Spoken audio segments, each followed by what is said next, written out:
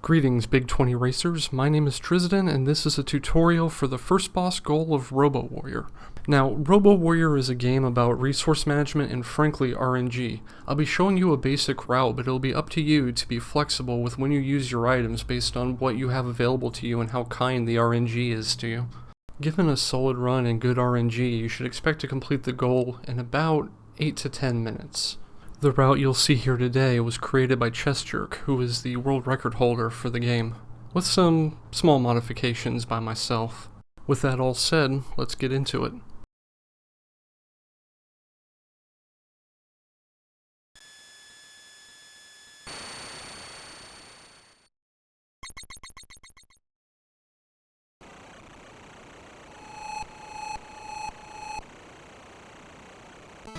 Now, your first decision as a runner will be whether or not you'll go into the underground to try to gather more items. This tutorial will assume that you are, so our first order of business is to bomb our way to the north and gather a candle that spawns in a static location near the top left of the screen.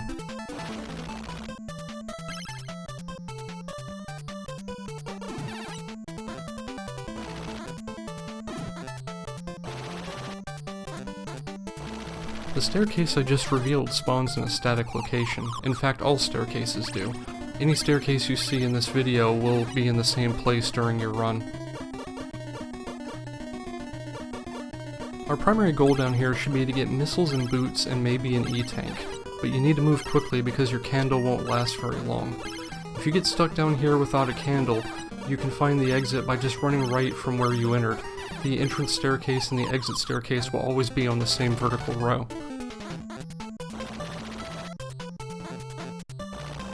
Next, we need to bomb our way down and pick up this life raft that statically spawns here. You'll need 2 of these to finish the route, and this is one of the easiest ones to get.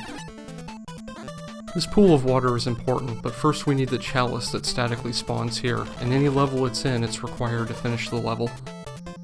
Additionally, we find our second life raft here. Now we bomb our way into the well. 5 bombs should do it. The well doubles almost everything you're carrying. This includes bombs and everything in the inventory subscreen except for the rightmost 3 items.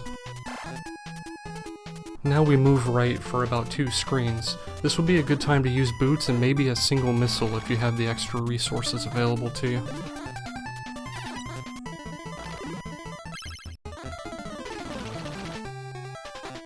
Here you get a good demonstration of one of the more annoying enemies in the game. These round egg things will spawn these pink ghosts that will fly straight at you, and will just kind of knock you all over the place and mess with your controls. In addition to that, they'll also steal any item on the ground they pass over. I've actually lost runs to this when they've picked up items I've critically needed to progress. Coming up here, you see an unusual looking block on the north wall. This is a bombable secret entrance to what's called the idol room. Here you must bomb the statues in order to get their rewards. The order for this room is the statue on the left for a missile, and then the statue on the right for a megaton bomb, which we'll use later. The statue in the middle doesn't give you anything.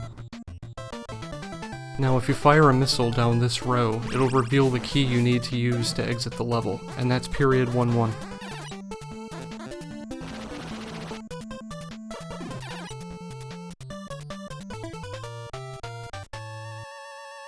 We won't be buying anything from the shop, so don't worry about picking up award medals. This candle is always here if you decide you need to dip back into the underground for more items.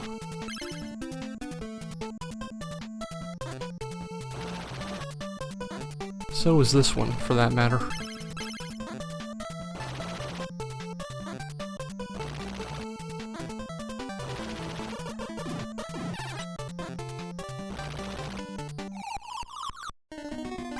Since I don't like my current loadout, I'm going to dip back into the underground to try to find some more items.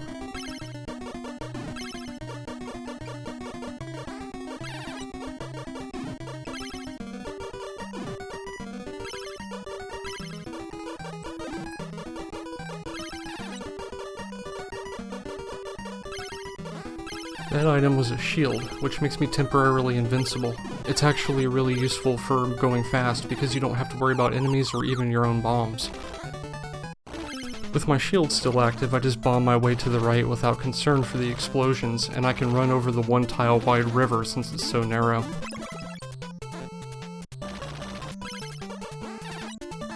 Here we see the entrance to our second room of idols. The only item we care about here is the statue on the left, which gives us a lamp, which we'll need for the next level.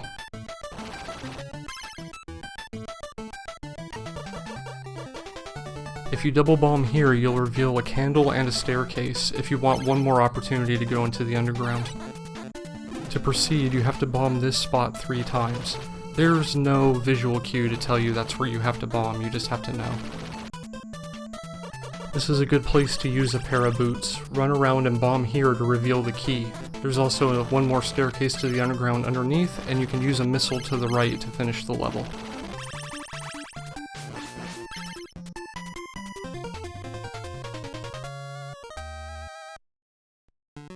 Period 2-2 is completely dark.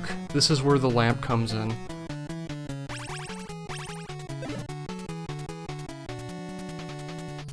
You'll need to use a life raft to cross this 4-tile wide river.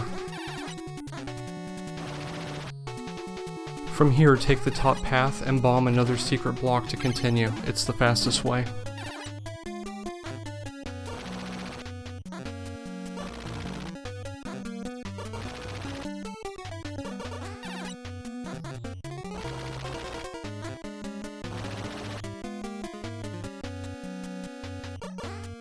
If you have a missile to spare, you can use it here to clear your way to the next idol room.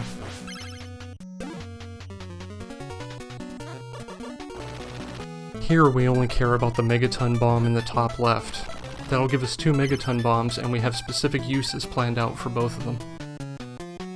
The key is in the very middle of this 6-block formation, and that's really the end of the level.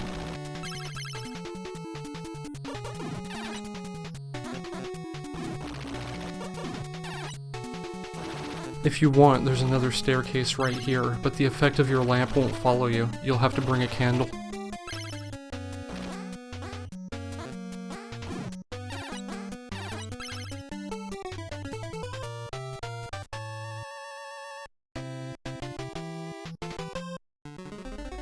Period 3-1. First off, this block down here has a guaranteed missile in it. Now bomb your way up to the middle of the center formation. Put on a pair of boots and missile to the right and follow the missile. Eventually you'll come to a staircase you're forced to go down. There's no way around it because this is the way you have to go through the level. What you can do is just hold right when you enter the underground. As I said before, the exit will always be on the same vertical row as the entrance. Assuming you don't run into any enemies, you can just hold right and exit eventually, and not have to even worry about using a candle. On the other hand, if you do that, you may miss some goodies, so I just go ahead and use a candle here.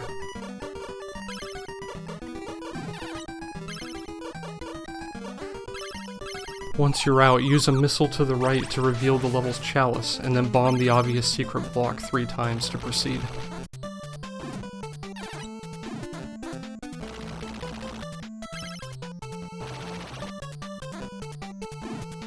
The key is in the middle of the 3x3 formation inside of the square. Just bomb your way in, get it, bomb your way out on the other side, and exit the level.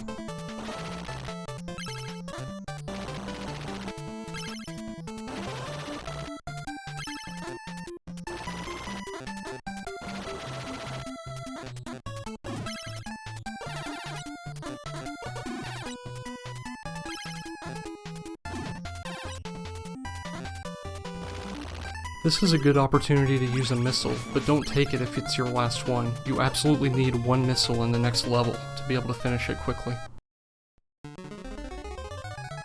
This is the last level, and it's mostly empty, so use any boots you have left here. Here I cross a 2-tile wide river. I want to take a second to highlight that you can only cross a 2-tile wide river without a life vest if you're wearing speed boots. I have lost runs this way, believe it or not.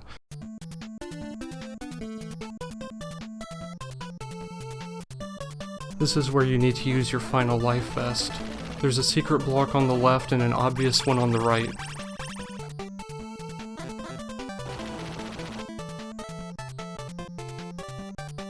Now for the fun part. Missile to the right here, run as far as you can, and use one of your 2 megaton bombs. You'll destroy every block on the screen and reveal a ton of power-ups. Hopefully you have at least 2 missiles left. Missile to the right, and then missile down against the right wall to reveal the key. Bomb the 2 remaining blocks to the north, and exit to the boss.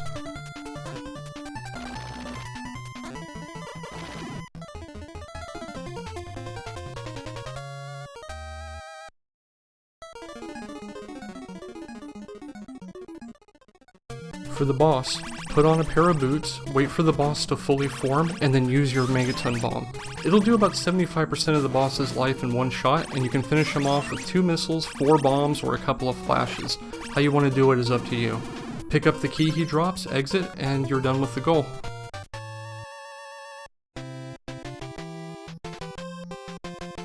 And really that's all there is to it. I mean, yeah, you have to worry about the RNG, but I rate my luck on this run as pretty average. I didn't have everything I wanted, but I also wasn't starved for items at any of the points where I absolutely needed a missile or a pair of boots or a candle. Pretty much during the race, you'll have to feel it out as you go and determine when is best to go into the underground, when is best to use missiles, when is best to use boots. You may decide it's not worth bombing open the well in period 1-1 because you don't have enough stuff to make it worthwhile doubling it. I do hope though that this video at least gives you an idea of what you have to do to get through the goal, if not exactly how to go about doing it. And that's about it for me. I want to give shoutouts to Chest Jerk for routing most of RoboWarrior and to the Best of Nest crew for putting the race together. It's going to be a good one and I can't wait to see who comes out on top.